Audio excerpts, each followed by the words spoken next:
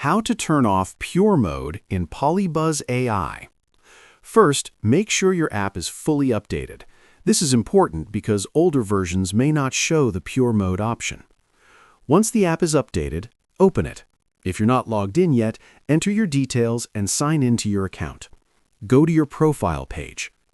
Now, look at the top right corner of the app and tap on the gear icon to open the Settings menu. Inside Settings, you'll see an option called Pure Mode, usually the second option. Tap on it, then toggle it off. After turning it off, press Continue to confirm your changes. Keep in mind, if you're using PolyBuzz AI on a computer or website, you won't find this option because Pure Mode is already turned off by default there.